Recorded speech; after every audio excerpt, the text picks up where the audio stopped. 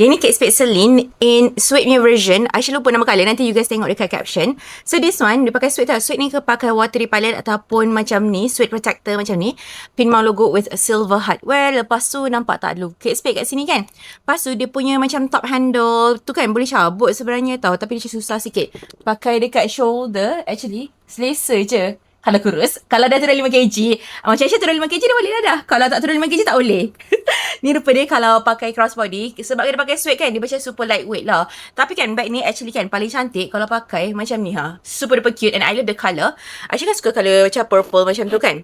Okay, belah dalam dia. Dia ada zip pocket. Lepas tu boleh masuk long wallet. Aisyah ingat kan macam boleh medium je. Long wallet pun boleh masuk and boleh tutup. Okay, untuk harga anda boleh tengok dekat shopping bag di bawah. Tengok dapat harga berapa. Jangan lupa untuk claim semua voucher untuk maximum perkhidmatan. Dan yang paling penting, kalau beli dengan JS Love Shop, semuanya 100% original ataupun money back guaranteed. Syarat pembelian, tekan shopping bag di bawah. If you guys have any further question, boleh juga komen down below dan jangan lupa tekan button follow.